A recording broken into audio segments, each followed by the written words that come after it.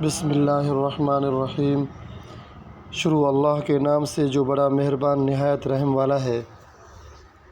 سیرت النبی صلی اللہ علیہ وسلم، قسط نمبر 2۔ عربوں کی تاریخ۔ عرب اقوام۔ مورخین عرب قوم کو 3 گروہ میں تقسیم کرتے ہیں۔ عرب بعیدہ، یہ قدیم عرب لوگ ہیں جو اس ملک میں آباد تھے۔ ان میں قوم عاد و ثمود کا نام آپ میں سے اکثر نے سن رکھا ہوگا۔ ان کے علاوہ عمالقہ، طسم، جدیث، امیم وغیرہ بھی اہم ہیں۔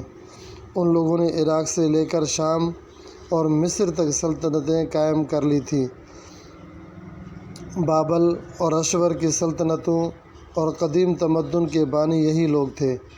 یہ قومیں کیسے صفحہ ہستی سے مٹ گئیں، اس کے متعلق تاریخ ہمیں تفصیل سے کچھ بتانے سے قاصر ہے، لیکن اب بابل، مصر، یمن اور عراق کے آثار قدیمہ سے انکشافات ہو رہے ہیں اور کتابیں لکھی جا رہی ہیں، جبکہ قوم عاد و ثمود کے حوالے سے قرآن مجید ہمیں بتاتا ہے کہ یہ قومیں اللہ کی نافرمانی اور سرکشی میں جب حد سے بڑھ گئیں تو ان کو عذاب الہی نے گھیر لیا اور یہ نیست و نابود ہو گئیں۔ عرب عاربہ۔ عرب عاربہ کو بنو قحطان بھی کہا جاتا ہے۔ یہ حضرت نوح علیہ السلام کے بیٹے سام بن نوح کی اولاد سے ہیں، اور یہ لوگ قدیم عرب عاد و ثمود وغیرہ کی تباہی اور جزیرہ نما عرب سے مٹ جانے کے بعد یہاں آباد ہوئے۔ قحطان حضرت نوح علیہ السلام کا پوتا تھا، جس کے نام پر یہ لوگ بنو قحطان کہلائے۔ پہلے یہ لوگ یمن کے علاقے میں قیام پذیر ہوئے۔ مشہور ملکہ سبا یعنی حضرت بلقیس کا تعلق بھی بنو قحطان کی ایک شاخ سے تھا۔ پھر ایک دور آیا کہ بنو قحطان کو سرزمین عرب کے دوسرے علاقوں میں نقل مکانی بھی کرنا پڑی۔ اس کی ایک وجہ تو وہ مشہور سیلاب ہے جو معارب بند ٹوٹ جانے کی وجہ سے آیا، جس کے نتیجے میں ان لوگوں کو جان بچانے کے لیے دوسرے علاقوں کا رخ کرنا پڑا۔ اس سیلاب کا ذکر قرآن مجید میں بھی آیا ہے۔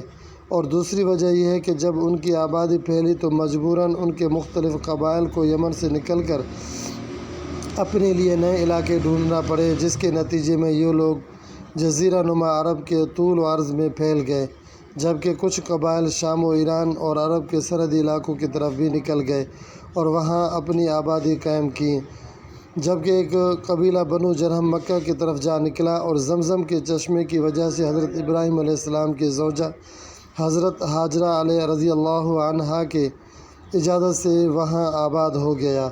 بنو قحطان کا ہی ایک قبیلہ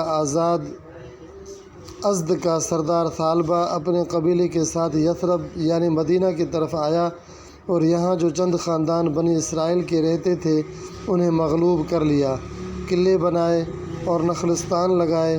اسی کی اولاد سے اوس اور خزرج مدینہ کے 2 مشہور قبیلے تھے جن کا تاریخ اسلام میں بہت اونچا مقام ہے۔ عرب مستعربہ۔ سرزمین عرب پر سب سے آخر میں آباد ہونے والے بنو اسماعیل تھے، انہی کو عرب مستعربہ بھی کہا جاتا ہے۔ حضرت ابراہیم علیہ السلام نے اللہ کے حکم پر اپنی زوجہ حضرت ہاجرہ اور شیرخوار بیٹے حضرت اسماعیل علیہ السلام کو مکہ کے بے آب و گیاہ وادی میں لا بسایا اور خود واپس چلے گئے۔ یاد رہے کہ اس وقت نہ مکہ کی آبادی تھی اور نہ ہی خانہ کعبہ کا وجود۔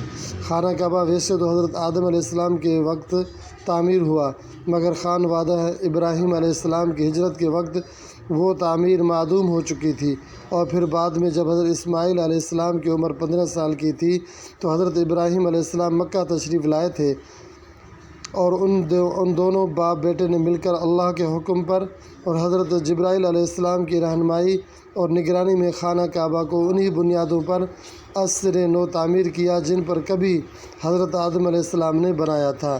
جب شدت گرمی اور پیاس سے حضرت اسماعیل علیہ السلام کی حالت خراب ہونا شروع ہوئی تو حضرت ہاجرہ ایک عظیم ماں کی وہ بے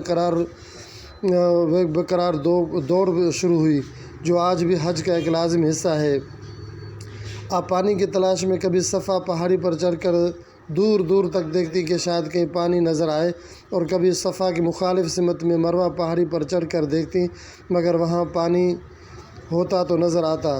اس دوران جب حضرت اسماعیل علیہ السلام کے رونے کی آواز ماں کے کانوں میں پڑتی تو بے قرار ہو کر ان کے پاس دوڑی دوڑی جاتی، اور جب ان کو پیاس سے جام بلب اور روتا بلکتا دیکھتی تو پھر دیوانہ وار پانی کی تلاش میں جاتی۔ اسی اثناء میں کیا دیکھتی ہیں کہ جہاں ننھے اسماعیل علیہ السلام اپنی ایڑیاں رگڑ رہے تھے وہاں سے پانی کسی چشمے کی صورت ابل رہا ہے۔ بھاگ کر بیٹے کے پاس پہنچی، اللہ کا شکر ادا کرتے ہوئے بیٹے کو پانی پلایا، خود بھی پیا، اور پھر اس چشمے کے ارد گرد تالاب کی صورت میں مٹی کی منڈھیر بنا دی۔ لیکن جب پانی مسلسل بڑھتے بڑھتے تالاب کے کناروں سے باہر نکلنے لگا تو بے اختیار آپ کے منہ سے نکلا زم زم، یعنی ٹھہر جا ٹھہر جا، اور ان کے یہ فرماتے ہی پانی یکدم ٹھہر گیا۔ زمزم قدرت کا کرشمہ۔ یہاں آپ سے زمزم کے کنویں کے متعلق ایک معجزاتی بات شیئر کرنا چاہتا ہوں۔ موجودہ دور میں اس کنویں میں بڑی بڑی موٹریں لگا کر پانی نکالا جاتا ہے۔ کنویں میں پانی کا لیول خانہ کعبہ کی بنیادوں سے ہمیشہ 6 فٹ نیچے رہتا ہے۔ کنویں سے 24 گھنٹے لگاتار پانی نکالا جاتا ہے، جس کی مقدار ملینز آف ملینز گیلنز میں ہوتی ہے۔ اب دو بہت ہی عجیب باتیں ظہور پذیر ہوتی ہیں۔ ایک تو یہ کہ 24 گھنٹے میں مسلسل پانی نکالنے کی وجہ سے کنویں کا جو لیول کم ہوتا ہے وہ بہت تیزی سے محض 11 منٹوں میں اپنی اصل جگہ پر واپس آ جاتا ہے، اور اس سے بھی زیادہ حیران کن بات یہ ہے کہ اتنی تیزی سے اوپر چڑھنے والا پانی ہمیشہ ہی اپنے لیول یعنی خانہ کعبہ کی بنیادوں سے 6 فٹ نیچے پہنچ کر خود بخود رک جاتا ہے۔ یہ اوپر کیوں نہیں چڑھتا؟ اور اگر یہ پانی خود بخود نہ رک جائے تو تب غور کریں کہ اگر 24 گھنٹے نکالا جانے والا پانی صرف 11 منٹوں میں پورا ہو جاتا ہے، تو اگر یہ پانی نہ رکے اور اوپر چڑھ کر باہر بہنا شروع کر دے تو کب کیا صورت پیدا ہوگی؟ یقیناً ہی حضرت حاجرہ کے مبارک فرمان یعنی زم زم ٹھہر جا کی برکت ہے کہ یہ اپنی حدود سے تجاوز نہیں کرتا، اور جتنا بھی اسے پانی نکال لیا جائے یہ بس اپنے اسی لیول تک آ کر خود بخود رک جاتا ہے جہاں کبھی اسے حضرت حاجرہ نے روکا تھا۔ اب اصل موضوع کی طرف پلٹتے ہیں۔ اوپر بنو قحطان کے ایک قبیلہ جرہم کا ذکر کیا گیا۔ سر زمین عرب کیونکہ زیادہ تر صحرا لق و دق پہاڑی علاقہ پر مشتمل ہے اور پانی بہت نایاب ہے، تو کسی جگہ آبادی کے لیے بہت ضروری ہے کہ وہاں پانی میسر ہو۔ قبیلہ جرہم جب اپنے علاقے یمن سے نئے وطن کی تلاش میں نکلا تو دوران سفر جب مکہ کی وادی میں پہنچا تو وہاں ان کو زمزم کے چشمے کی وجہ سے ٹھہرنا مناسب لگا۔ کیونکہ چشمہ کی مالک حضرت حاجرہ تھی تو انہوں نے بی بی حاجرہ کی اجازت سے چشمہ کے ساتھ میں ڈیرے ڈال دیے اور آباد ہو گئے۔ یوں حضرت حاجرہ اور حضرت اسماعیل علیہ السلام کو ایک مضبوط عربی قبیلہ کا ساتھ میسر آیا۔ بعد ازاں اسی قبیلے کے سردار کی بیٹی کے ساتھ حضرت اسماعیل علیہ السلام کی شادی ہوئی، جبکہ خانہ کعبہ بھی عصر نو تعمیر ہوا۔